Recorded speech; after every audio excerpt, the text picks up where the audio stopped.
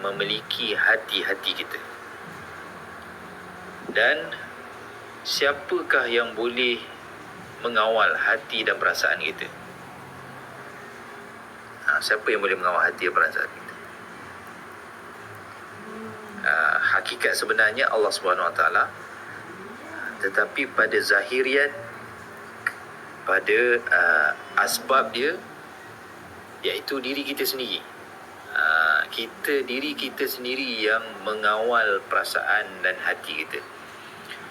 Jadi apakah jalan untuk mentarbiah hati? Apakah jalan dia? Kita kena perbanyakkan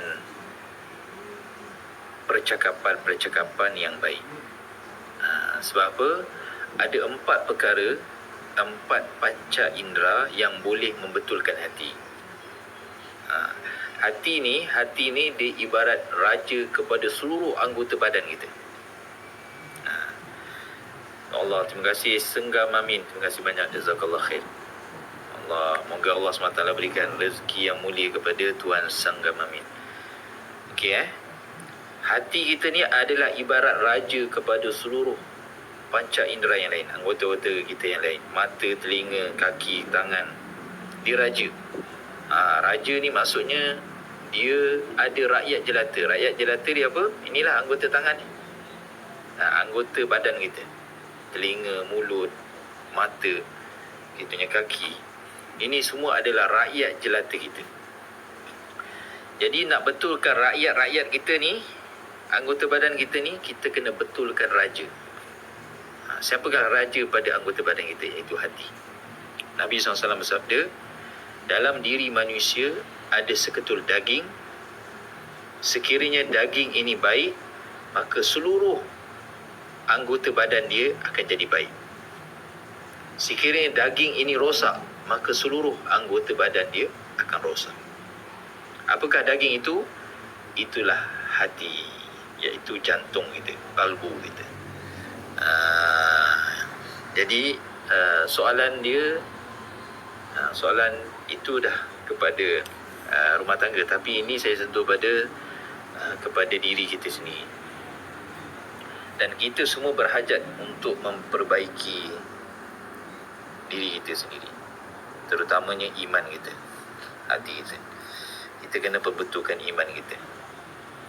Bila hati kita ada Allah, maka mudah untuk mentaati kepada seluruh perintah Allah. Kalaulah hati kita ada selain daripada Allah, maka kita akan punya perhatian kita akan berada selain daripada Allah. Faham kan maksud saya? Punca dia adalah hati. Jadi macam mana nak betulkan hati? Itulah jawapan dia. Para suami kena didik hati isteri. Macam mana nak didik dia? Nak didik dia, kita kena hidupkan suasana-suasana yang boleh memberi kesan kepada hati. Suasana-suasana yang boleh beri kesan kepada hati. Faham tak? Ke tak faham?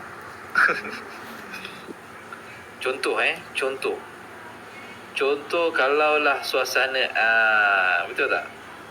Kita nak bina perasaan cinta, nak perasaan kasih sayang. Kita kena bawa isteri kita di tempat-tempat yang tempat yang indah, cantik, yang romantik, tempat romantik, berdua-duaan dengan isteri, tempat yang special lah, yang mungkin tak ramai orang, yang tempat tenang. Itu contoh dia. Itu untuk perasaan lah. Tapi saya nak tekan kat sini bukan perasaan tu. Yang paling utama adalah kita nak bina hati kita supaya ada cinta kepada Allah. Bila kita dapat cinta Allah, kita akan dapat segala-galanya. Bila kita kehilangan Allah, maka kita akan kehilangan segala-galanya. Jadi macam mana nak didik hati isteri ni, adalah kita kena hidupkan suasana-suasana agama dalam rumah tangga kita? Itu jawapan dia, Arif Azman. Ini saya cuba nak bagi pendapat. Ya, suasana agama. Suasana agama, dan ini juga ulama kita tekankan kepada diri kita semua orang Islam supaya kita menghidupkan rumah kita ni dengan suasana agama. Kerana apa? Bila ada suasana agama dalam rumah tangga kita, barulah dalam hati kita ada kecintaan kepada agama, kecintaan kepada perintah-perintah Allah, kecintaan kepada sunnah Nabi SAW. Barulah kita akan dapat mentaati pada seluruh perintah Allah. Macam mana nak hidupkan suasana agama? Tak boleh banyak main phone maksudnya ke bang? Main phone ni tak ada masalah. Bagi saya, kalau selagi dia tidak melalaikan kita, tapi biasanya kalau dah main phone ni memang lalai lah. Itu je saya beritahu, memang melalaikan. Tapi kalau dia tengok phone tu untuk dengan ceramah, dia tengok bacaan Quran, kan, dia tengok orang buat amal, bagi sedekah sini sedekah sana, menjadikan asbab untuk dia nak banyak sedekah, itu baiklah. Satu pertanda yang baik lah. Jadi yang pentingnya kita kena hidupkan suasana agama dalam rumah tangga. Apa dia? Kena hidupkan bacaan Al-Quran, kena hidupkan bacaan hadis dekat rumah. Itu yang paling mustahak. Kerana apa? Hati-hati kita ni dah mati. Kalau orang mati, kita jentik dia, kita pukul dia, tampar dia, dia tak akan bagi tindak balas kepada diri kita. Sebab apa? Orang tu dah mati. Kalau kita berdiri dekat depan jenazah, dibaringkan jenazah di depan kita, kita cuit kita mandikan dia, kita cucuk dia, dia tak akan bertindak balas. Kerana apa? Walaupun orang yang sama dulu kalau kita bergurau, kita cucuk dia, dia akan melenting.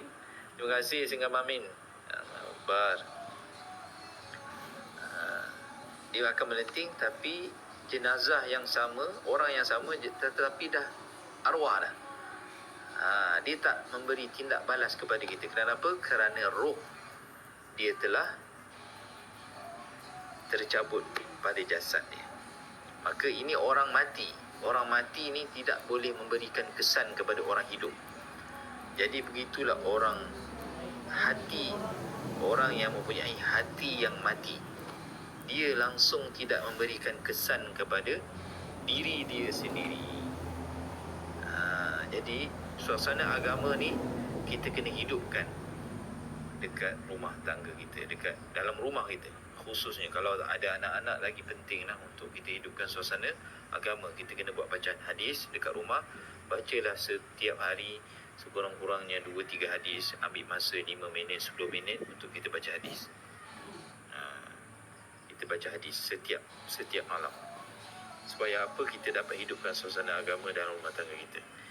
Dan hati kita ni boleh dididik melalui firman Allah dan hadis Nabi SAW saja. Satu orang isteri pun kadang-kadang susah nak dengar cakap suami ni. Tapi dengan firman Allah dan sabdaan Nabi SAW boleh menembusi hati-hati manusia. Itulah kehebatan.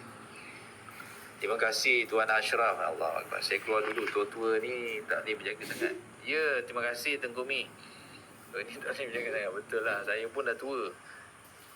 Ya Allah, Tuan Ashraf yang mulia. Saya ni bukan bayar ni. Saya muzakarah je. Saya tak pandai bayar. Betul. Muzakarah je. Sebab ada orang tanya kan. Jadi kita nak bagi solusinya. Setiap orang ada masalah. Saya lagi lah banyak masalah. Tapi kita muzakarah ni dapat manfaat, Masya Allah. Ni abang saya pun join ni, nampak. Ini orang kaya. Orang kaya mati, orang miskin mati, raja-raja. Bang, sekarang saya rasa tak takut lagi. Tak takut lagi maksudnya tak takut apa? Tak takut pada Allah ke? Tak takut pada Kata-kata Tuhan menembusi hati saya yang kekeringan iman. Allahu Akbar. Allah saja yang boleh menembusi hati-hati manusia. Masya Allah. Mudah-mudahan bermanfaat Tuan Ashraf yang mulia. Oh, tak takut kes curang berlaku.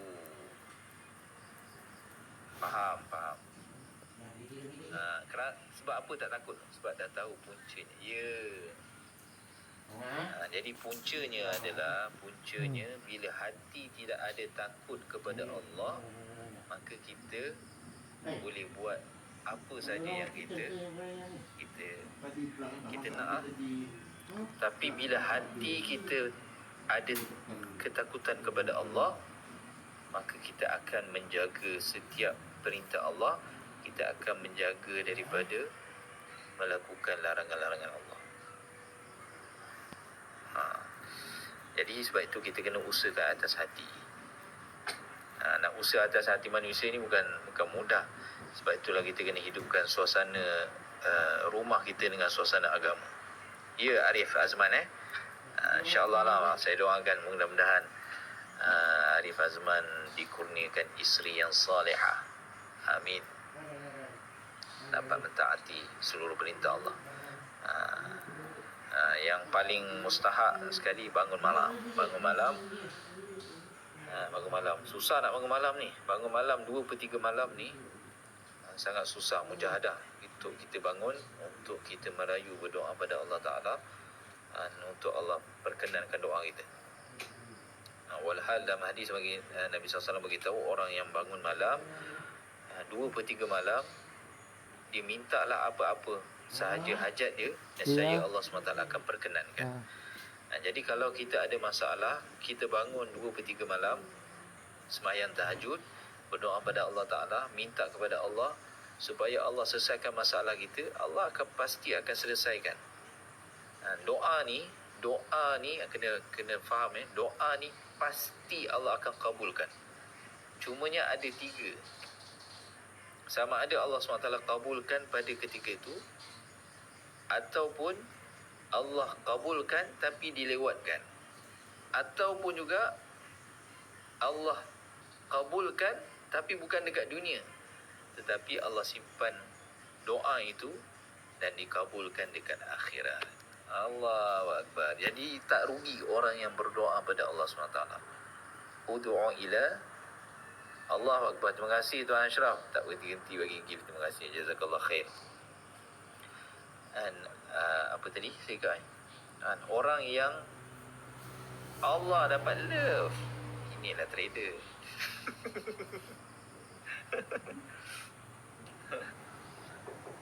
Orang yang berdoa pasti Allah akan kabulkan. Dapat lagi live on air. Alhamdulillah, jazakallah.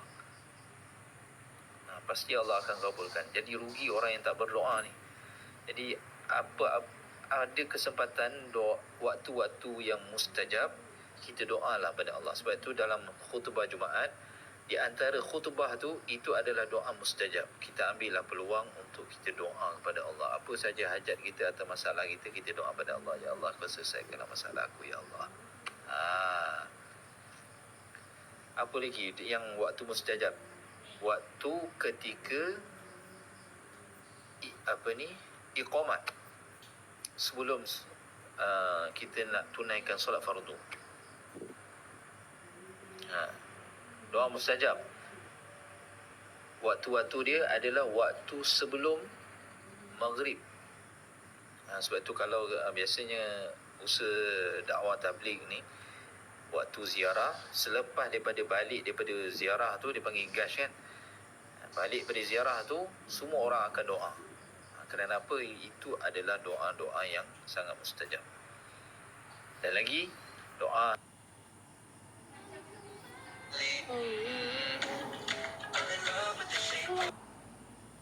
steady lah. Tahu. Mesti. Suka tidur tak? Suka.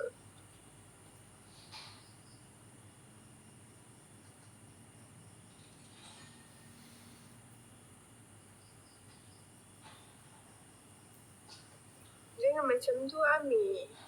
Amir jangan macam tu Amir. Pantai.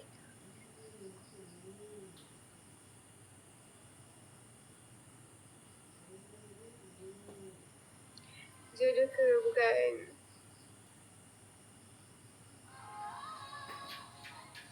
Dah Amir. See you soon. Assalamualaikum semua. Waalaikumsalam.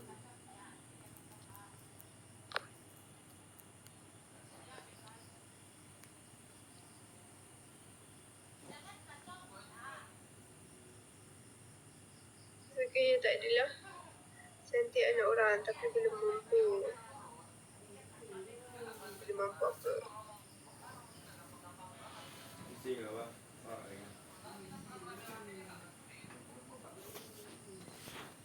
Lalu mampu takat tuju support. Sorry. Kalau cakap sebahasa. Okay.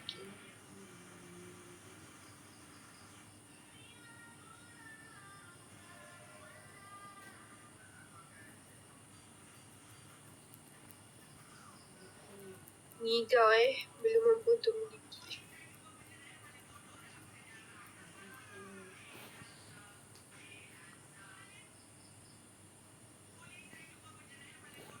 Seorang je mampu memiliki saya.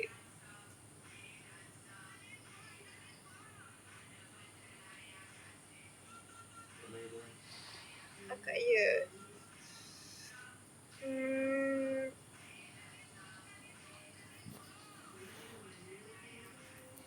Beg kuning tak ada. Orang mana KL?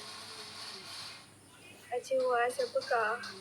Adalah Rahsia. Kenapa orang tak ada rupa selalu dihina? Tu saya tak tahu nak cakap sebab saya pun pernah kena hina.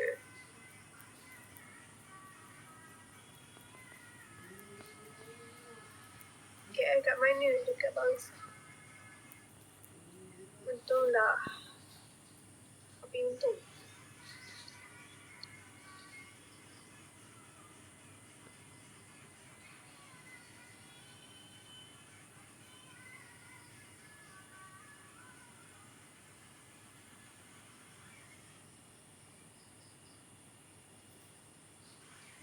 Pula aku pernah kena hina. Kenapa tak pernah